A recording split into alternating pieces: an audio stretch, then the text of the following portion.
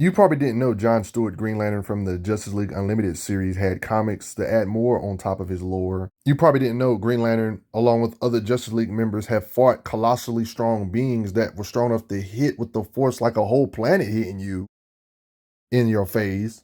And you probably didn't know John Stewart of this universe, of course, Superman helping him here in this particular occasion of the DCAU, Justice League Unlimited versions. They moved the entire moon, two different powerhouse leaguers, John Stewart being one of the helpful aides doing this. Probably didn't know this. Oh, you're going to enjoy this video. John Stewart. The DC universe is vast. Some people grew up on the DC animated universe. I'm one of them. It introduced me to hero organizations because I used to only just care about Superman, but then it helped expand me into liking other type of characters with other versatile abilities. One being that's kind of interesting is, I would say, John Stewart. He's a being with a ridiculously strong ring that helps him do stuff with his imagination. And of course, the strength of him depends on his willpower, stuff like that. Similar to main continuity comics, even though this is an animated universe, they have comics that are a part of this universe as well to continue the adventure. And of course, they have a Green Lantern Corps. Of course, John Stewart, even though he's a part of the Justice League, he's a part of this Green Lantern Corps. Basically, space police, one could say, that protect the universe, one could say. Different lanterns spread out to different parts of the universe to protect different sectors, stuff like that. The Green Lantern Corps is a military institution dedicated to the protection of the galaxy. I thought it would be cool to analyze a version of Green Lantern a lot of us nerds grew up with. You know, this same John Stewart that had a fling with Hawkgirl, who usually is always with Hawkman, but this universe said, let's be different and have them be lovers, to where they end up getting a son known as Warhawk. And there was like time travel shenanigans where he actually met his son. These comics kind of like mimic the show. They literally involve it. This page right here should give you everything you need to know about the DC animated universe, Justice League Unlimited, John Stewart, Green Lantern. But how strong is he? He can shoot out beams of light and be pretty much as creative as he wants to with it. He can do things like fly, of course. This universe has one of the most famous Yellow Lantern beings of all time, Sinestro. He exists here. And of course, you got Green Lantern. They basically have similar abilities, just different colors. And these beings' energy beams that they produce from their rings and stuff are explicitly stated to be light speed. And he's literally just like John Stewart, Green Lantern. So this does apply for John Stewart. Like, it's proven that they're similar because they literally match their beams and such. I mean, we literally seen him overpower and blast through his construct. So, you know, they're similar in raw power and abilities. We've seen him crack through his shields, punch him with straight hands, and fight an alternate universe version of himself at that. I mean, he can literally make constructs to lift up stuff. He can use the same shielding for defense to block stuff that can level buildings and such. He can shield from lava so he can withstand hot stuff and wide stuff. He can put his shield around an entire volcano and shield from all this molten rock. If he's getting blitzed, like in this particular occasion, he can literally make himself a green suit of armor to make his body harder, to where flash punching him hurt his hands. Right here, you can literally see him dress up like a knight with an actual cape and a blade cutting like this, which I wish he did more in the animated series. I like that we've seen other Lancers do this battle suit thing. Should have did this more in the animated series. His defense and offense go hand in hand. There's examples like this on different constructs he can make, a drill, then make two fists. He's not afraid to box you up literally with boxing gloves. It's like he can make mini hands. He can make a hand and a bat at the same time and play baseball with a bomb. Hand and building equipment type stuff. Handy for doing repairs and building. He can make cages, trap a lot of people at once. He can do a net, making ropes to tie you up in, all kinds of restraints he can put you in. It's implied his outfit is energy because he can just restore his outfit like this. Like, he looked like this here, and then he can just change back out of the disguise back to his normal outfit. It was like, what? He's the Green Lantern the whole time. Made his own legit fire extinguisher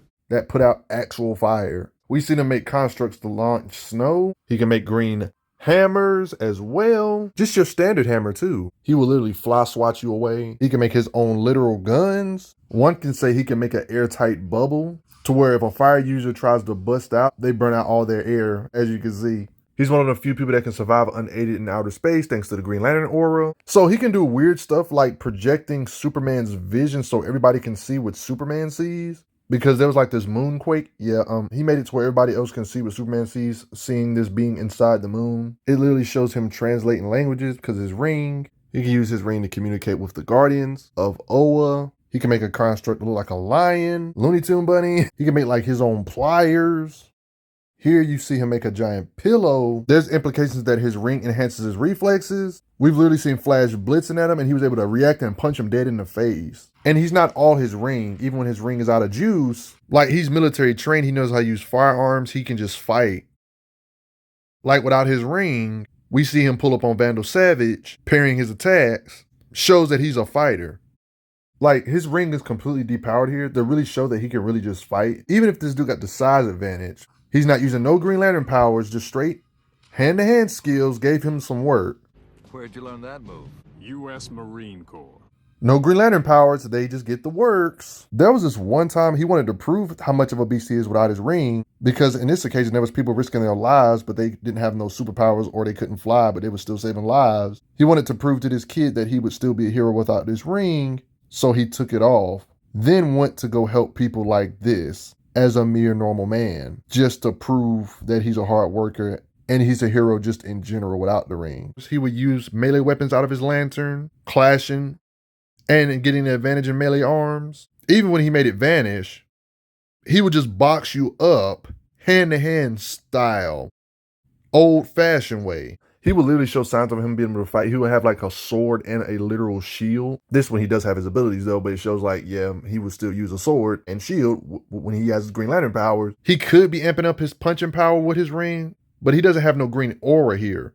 Like this area, for example, we see the green glow when he portrays super strength. So right here, for example, it implies his punches aren't amped with his ring. Look how hard he punches this being and it went through all that machinery. There's implications that he could punch through a brick wall either with his green energy amping him or just without the green energy maybe, as a bare minimum right off gate. Even if you have the ring off of him, he can kind of will it back to himself. Probably if he's in a big enough life or death situation, then he can power himself up and break out of the restraints. So there was this being that John Stewart had to clash with, Manhunter, that legit went into the Green Lantern power battery to amp himself up. He thought he was going to easily be able to take over like this. He was draining the Guardians of their energy. All he had to do is say the Lantern Oath and was able to drain the power back. Beware his power, Green Lantern's light. We see him lifting a car up with ease, meaning he can lift a couple tons with ease. That really shouldn't be a surprise for somebody in his power level. Lifting cars up should be a normal day in the life for him. Smaller vehicles like this he can easily lift. Of course, he can lift helicopters. You see here him moving debris while having a conversation. His green energy ring can lift up planes and put them to the ground safely. Are you really surprised he can lift over 10 tons like a plane and such? He can actually put green energy around this whole train. This implies he can move or control thousands or hundreds of tons.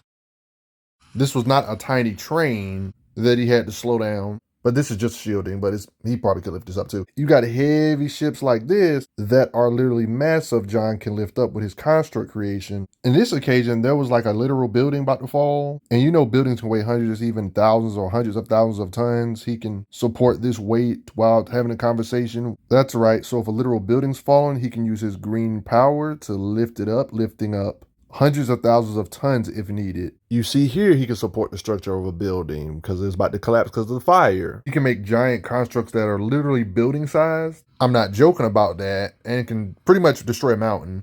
Punches affect Superman at that, pretty much proving that his Green Lantern enhanced punches or constructs can tremble or topple buildings. Is that really a shock? His constructs could probably punch apart or tremble a mountain too. By the way, he's punching and staggering Superman and caving in this cliff with his punching power. Superman did overpower it though, and break the construct, but still impressive. Along with Wonder Woman, Martian Manhunter, and Superman, there was a huge asteroid coming. Green Lantern was one of the four, helped move it out of the way and redirect it. Literally him working together with Superman on this occasion. Him and Superman was able to work together to move the entirety of the moon, proving like he could easily lift up cities, countries, and even continents if he can lift up the entire moon. Like you can literally see him right here pulling it with his Green Lantern aura around the whole thing, along with Superman helping him here. And they're the reason why the moon actually got moved, proving that he's way stronger than you probably originally thought, being able to move planetoid-sized structures, something that's way heavier than mountains, buildings, cities. It's heavier than multiple continents because of the mass of the moon. Like this is a lot bigger than multiple cities. You see what I'm saying? Proving that his lantern raw power can lift quintillions of tons, or half a quintillion because Superman helped him, however you want to look at it. I mean, just imagine how potent his blast are, being able to tremble planetoids if he can move it with his raw energy, or at least half the planetoid, if that makes sense. It kind of shows how wide of a radius he can make his energy, like his Green Lantern energy too. I mean, Jon Stewart is here on this occasion working together with other Leaguers fighting a colossal being that can hit so hard. It was stated that that blow felt like a whole planet landed on you. Like, these are the type of threats these Justice League Unlimited versions of these characters have to face. So him moving the moon kind of makes sense.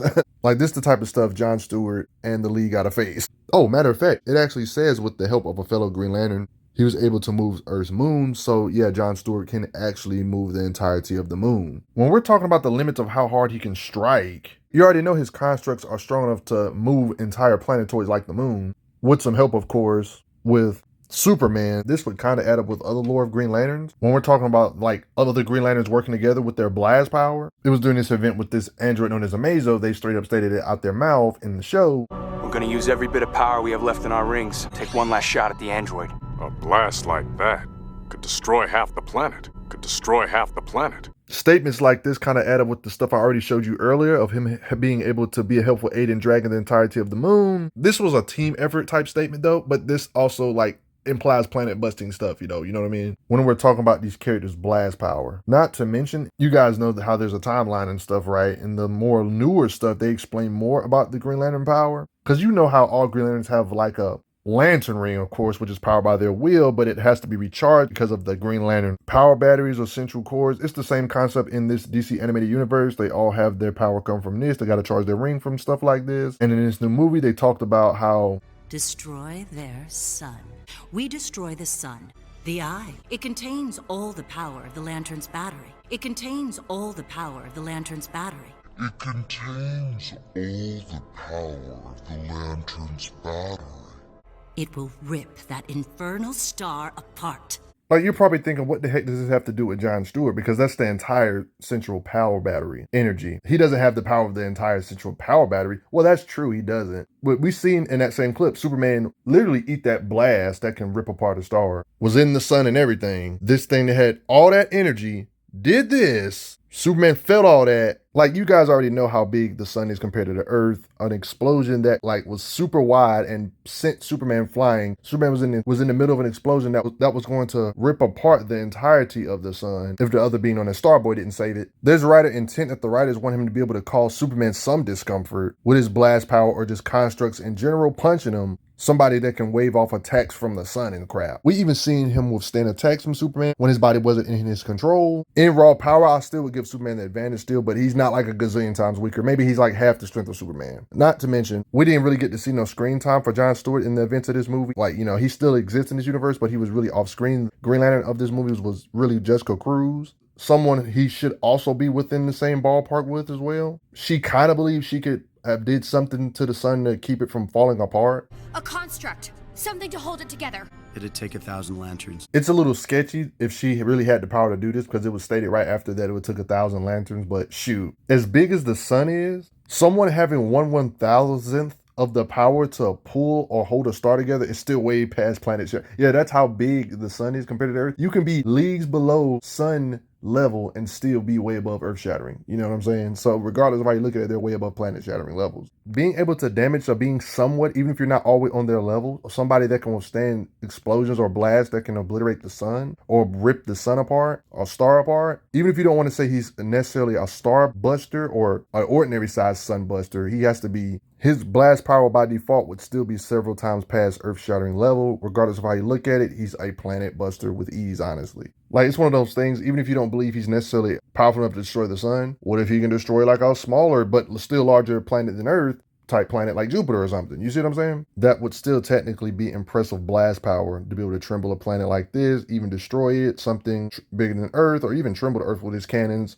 Meaning he shouldn't have no problem deleting the moon, even the Earth, or maybe even Jupiter he can delete if you don't want to believe he can delete the sun too. Speaking of star stuff, or star busting type stuff, it's literally stated here that this thing that was shooting at him said it was stuff that had pure solar energy with the power output of an entire star. You see what I'm saying? You see, It's like a common theme, it seemed. But it did say in this particular situation, his shield was kind of failing, but it was holding up for a little while against this with the power output of an entire star, which could mean a lot of different things. But this is more stuff that kind of implies he can bust planets and stuff. Like, it's too many statements like this. Or even maybe a star, you know? You know how these stories love having at least one evil Superman in their story. You got Ultraman, Injustice, Superman. Like, you know, these stories love doing this. This being known as Overman, evil Superman, basically. We've seen John Stewart Green Lantern clash beams with him when he's using his heat vision, he's using his blast here. But yeah, there is evidence that he's not like on par with him to be able to fight him one-on-one by himself. His blast power still has to be somewhere in that ballpark with the heavy hitters like Kryptonians, like Overman tiers and stuff, you know. Not to mention, Overman had a hard time getting out of these constructs that Green Lantern made, but he had help with Martian Manhunter and stuff like that, but still, he can't be a low tier doing stuff like this. Don't ask, but this super powered up version of Amazo, and yeah, you know, the golden android that was messing up everybody in the animated series. Amazo 2, like everything was wiped from existence, right? And guess what? Lantern was somehow able to not get erased by putting a bubble up protecting everybody.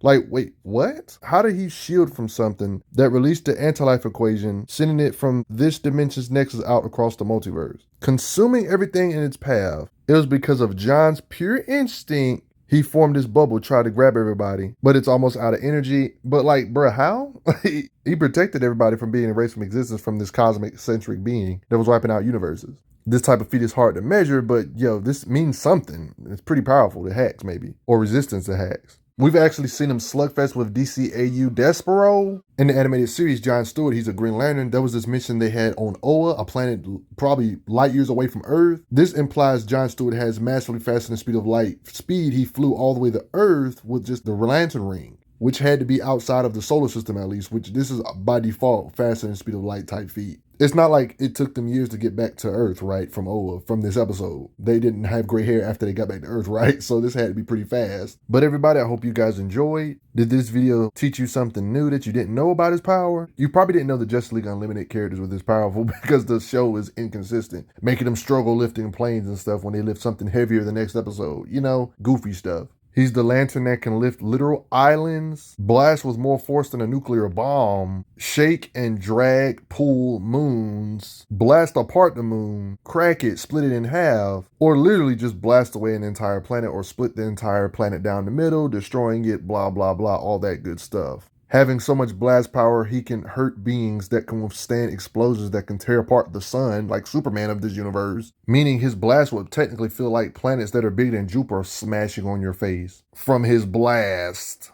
And he's one of them lanterns that's so mighty. John Stewart was one of the main Green Lanterns that was honored as one of the greatest. But what do you guys think? Did you guys enjoy this? But before I get going, everybody, I gotta say a quick thanks to the donators. It helps out a lot. Respect John Stewart, DC Animated Universe, DCAU, Justice League Unlimited version. Respect them. I'm glad you are enjoying your time on the channel. Make sure you check out the playlist on the channel to see other How Strong videos. If you like what this channel is offering, make sure you hit that subscribe button, and I will see you guys later.